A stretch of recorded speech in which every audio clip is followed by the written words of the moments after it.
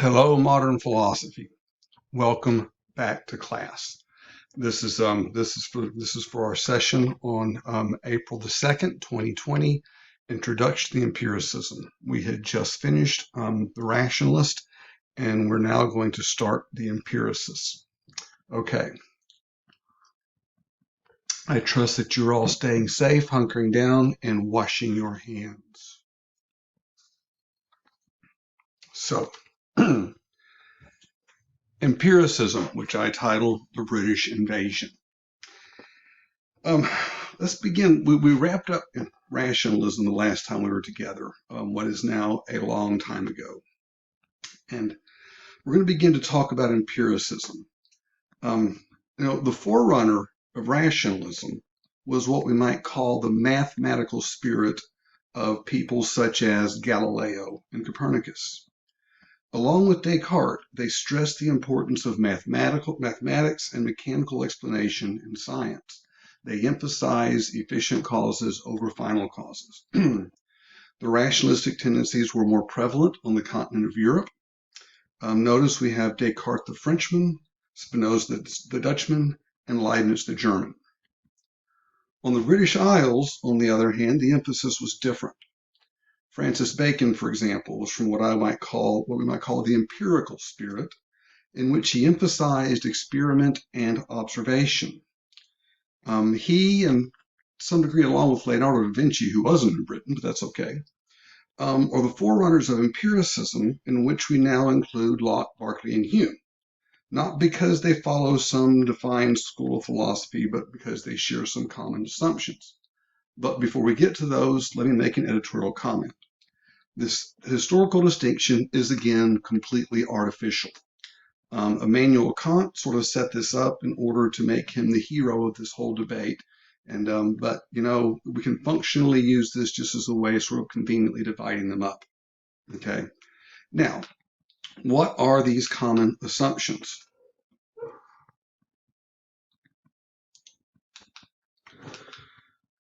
First, empiricism is not a school of philosophy, but they share some common assumptions. For example, they say there are no innate ideas. All knowledge is empirical and ultimately comes from experience alone. And all of our concepts are built up from simple ideas which we receive from experience. Second, following from this, reason has a downplayed role in philosophy. It isn't as important as the rationalists want them to be. It's just not. Deductive reasoning is merely about the relations of our ideas and tells us nothing about existence or about the world. Mathematics is not the best model for knowing an inquiry, and for these folks, metaphysics isn't all that trustworthy, but we'll see some exceptions among these. Third, we perceive only our own ideas. Okay, ideas are incorrigible. This is very much like Descartes. Descartes agreed with this, of course. We are immediately aware of our ideas, and again, they're incorrigible. This seems to place a veil between the knower and the world because our perception of the world is mediated by ideas. Thus, the empiricist seems to be either committed to skepticism or trying to avoid it. Okay. Again, these are generalizations, and we'll of course find exceptions. Locke has rationalistic tendencies, and Descartes has empirical ones, and some would say that ultimately they meet in the middle. And as I mentioned the last time we met, it may be that Descartes and Locke have more in common than certainly Descartes and Spinoza, for example. Okay. Berkeley and Leibniz, they have quite a bit in common in their denial of material substance. And Berkeley is less afraid of metaphysics than some of the other empiricists. And finally, Hume is our classic empiricist, fully embracing its implications, or at least mostly so. And that's our introduction. Okay? Our first empiricist, John Locke, the Brit, 1632 to 1704. Locke and Spinoza were born in the same year, And Locke probably knew us when knows, but the reverse probably is not true, given the lateness in life which Locke picked up philosophy. Leibniz was born some 14 years after Locke, and he did know Locke, and in fact wrote in response to Locke's criticism of innate ideas. And in response to that, Leibniz revised the notion into innate capacities rather than innate ideas, which seems much more reasonable, perhaps. Also, it's known that Locke and Newton were good friends and shared numerous conversations. Locke is important for a number of reasons besides what we're going to be talking about in this unit. If you read, first there's his political philosophy, okay? If you read the biographical piece in the Thompson book, you saw that he was at times controversial and was in trouble. He was a critic of the notion of the divine right of kings, something not very popular in 17th century England. Okay, and at times he got him in trouble. His case was flip out of town, go into hiding and various things. But yeah, he was sometimes a bit in jeopardy. Okay, his political writings were explicitly used by Jefferson, Madison, and others as a framework for our own system of government. His political influence is still massive and is still a force to be reckoned with. And many, for example, Nozick, trace the roots of libertarianism back to Locke, and perhaps there's some truth in that. Okay, but none of this is our concern. Okay, in his conversation with his friends, Locke noticed that frequently their discussions wandered off into speculative territory, sometimes wildly so. And they agreed that an investigation into the limits and nature of human understanding would be this would be a very useful thing. These have been undertaken. He did that, and it took him a lot longer to finish it than anticipated. It took him years to finish the work. And when he did finish it, it was considered by many to be radical and atheistic in its leanings. Okay, but consider Locke's disposition. He was trained in the new science and in medicine.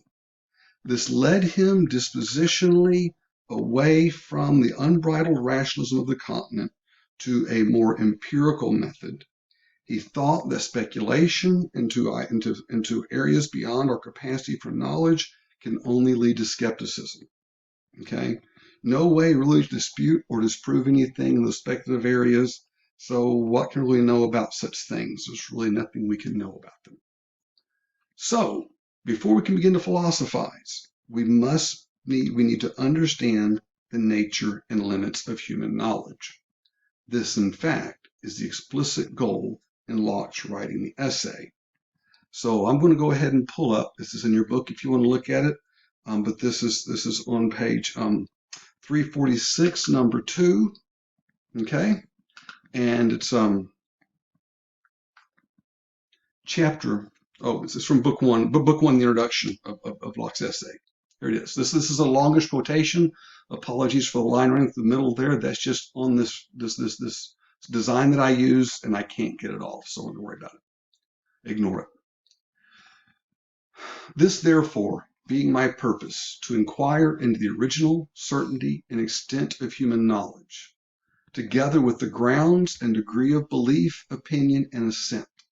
I shall not at present meddle with the physical consideration of the mind, or trouble myself to examine wherein it consists, or by what motions of our spirits, or alterations of our body, we come to have any sensation by our organs, or any ideas in our understandings.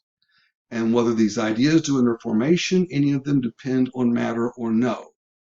These are speculations which, however curious and entertaining, I shall decline as lying out of my way in the design of which I am now upon. Pause. Editorial comment. Nonetheless, he does an awful lot of all of that, by the way, before this is all over with. Okay? I shall suffice to my present purpose to consider the discerning faculties of a man, as they are employed about the objects which they have to do with. And I shall imagine I have not wholly misemployed myself in the thoughts I shall have on this occasion, if, in this historical plain method, That phrase right there, that's the key to his method. This historical plane method. I can give any account of the ways whereby our understandings come to attain those notions of things we have, and can set down any measures of the certainty of our knowledge, or the grounds of those persuasions which are to be found amongst men, so various, different, and wholly contradictory, and yet asserted somewhere or other with such assurance and confidence that he shall take the view of the opinions of mankind, observe their opposition, at the same time consider the fondness and devotion wherewith they are embraced, the resolution and eagerness wherewith they are maintained, may perhaps have no reason to suspect that either there's no such thing as truth at all, or that mankind hath no sufficient means to attain a certain knowledge of it. Okay, notice then that his method of inquiry is much more like the physician rather than the mathematician. Okay, Locke is traditionally called the founding father of empiricism. Even though Hobbes had actually done a much similar thing before him, although Hobbes is kind of hard to pin down on stuff. But nonetheless, even though, again, there are rationalistic tendencies in Locke. However, Locke was not so disdainful of the concrete world of occurrences. Though it does not yield certainties, we should not hold it in scorn. It's the best we can do in this life, and the results of these inquiries of the concrete world are a great deal better than anything we can do trying to apply the unempirical geometrical method of Descartes and Spinoza to our problems. Such methods can result as there are rationalists in speculative flights into the unknown, and you wind up in a world of monads. Now, there's nothing wrong with reason per se. We just have to be careful about how we use it and not demand that our truths be too transcendent. Reason is entirely an instrument that can take us to what we need to know to get along in life. So, Locke set out to clear the field. He thought this would be an easy task to undertake, but he did not find it so. It took him 20 years to publish the essay, and even then, that wasn't the final word on the matter. Okay? The trouble? Well, remember back in that paragraph about his plain historical method, how he talked about wanting to leave all these metaphysical things behind, or at least to remain neutral on them. They snuck in nonetheless. Can't help it, by the way. That's a different class. Thus, that is, he made certain unconscious metaphysical assumptions that determined the course of history. These were things that were just in the air that day. It was almost impossible for him not to go this way, right? Among these assumptions are, first, the Cartesian belief that there are two different kinds of things, minds and bodies. Okay? That minds know only their mental states, which, like Descartes, he called ideas. And that these ideas somehow represent the external world of bodies. Since we're starting with epistemology, let's begin with ideas. Okay?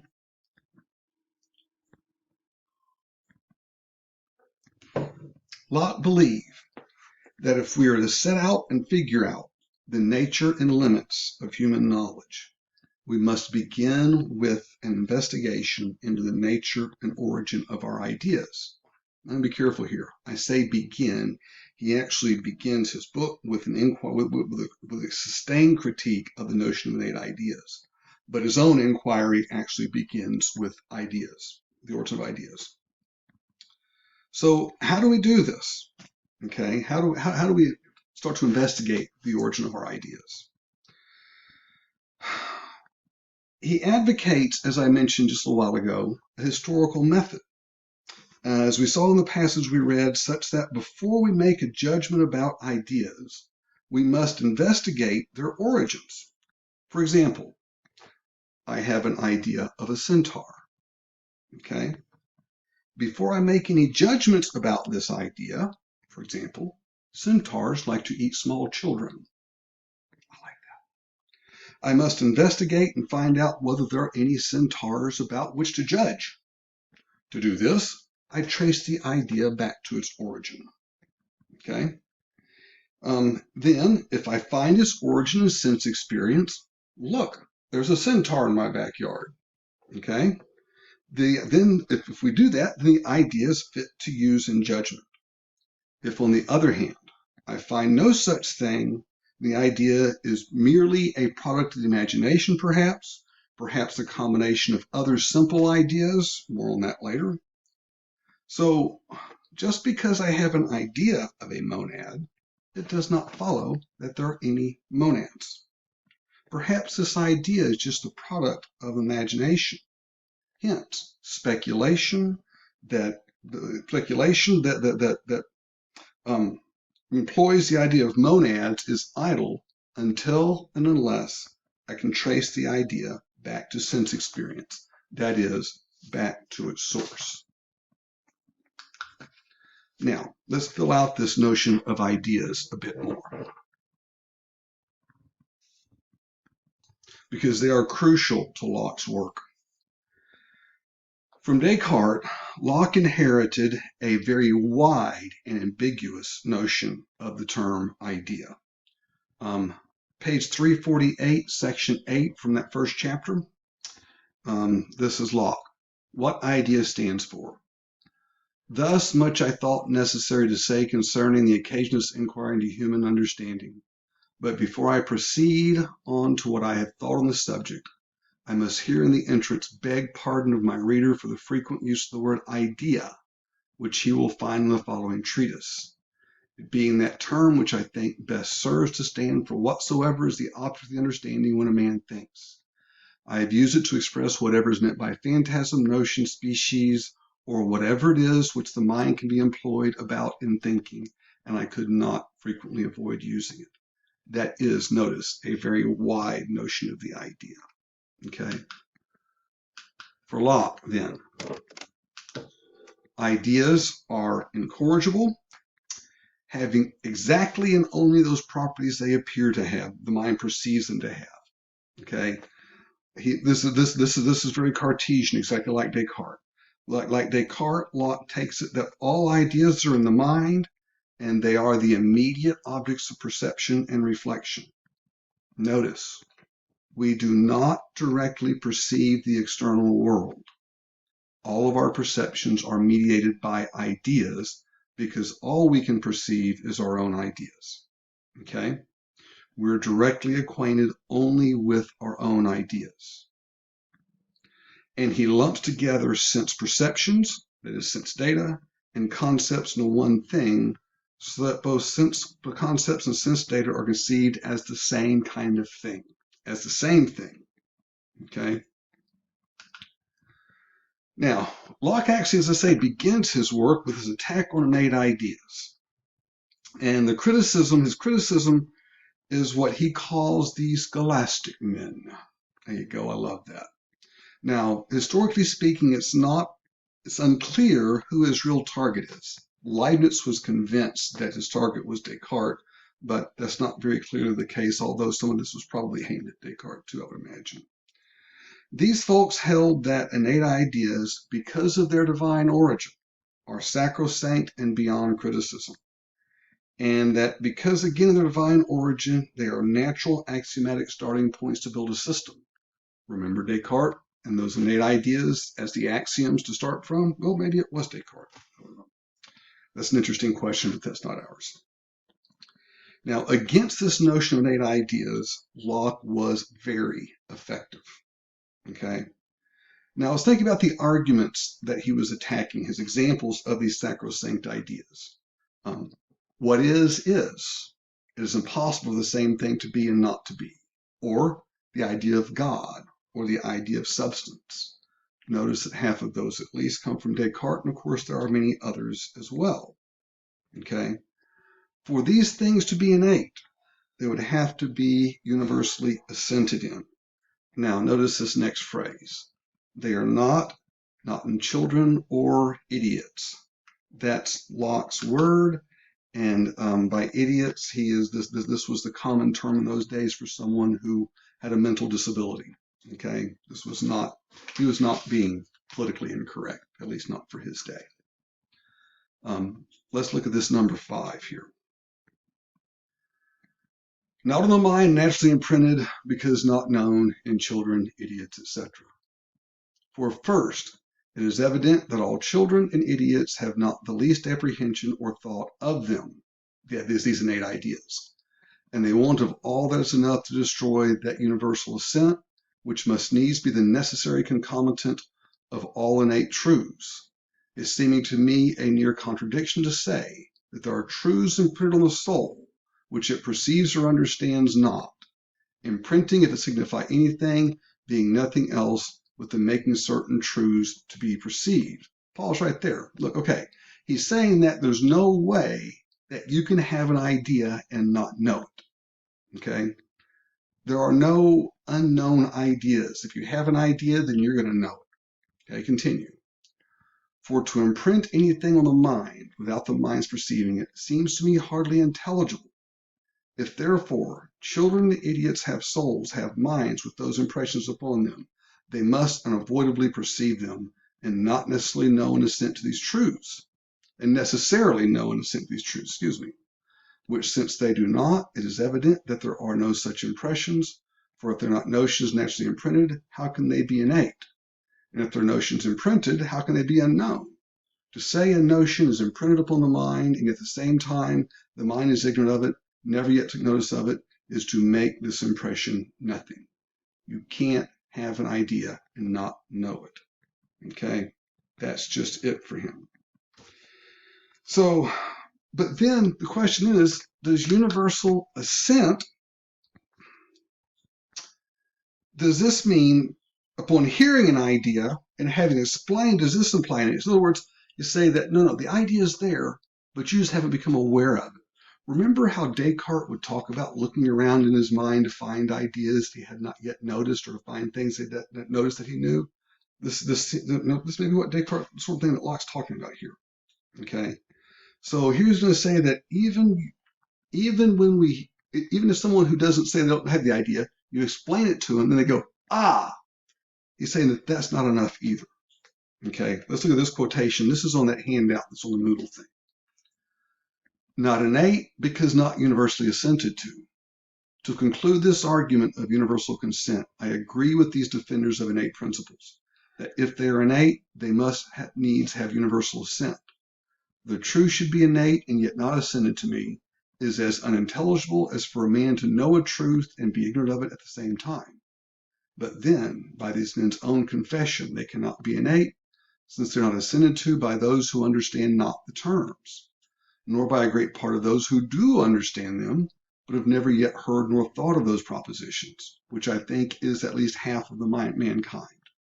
With a number far less, it would be enough to destroy universal assent, and thereby show these propositions not to be innate if children alone were ignorant of them. So take the notion of God, for example, in innate ideas. This idea is not universal, not even close. I mean, the God, clearly, that Descartes had in mind was the omni-God of Aquinas. I mean, that great Western God of the big three. Okay? Well, some societies have many gods. Others have none. So if that's the case, then it simply cannot be innate. Thus ends our introduction to Locke.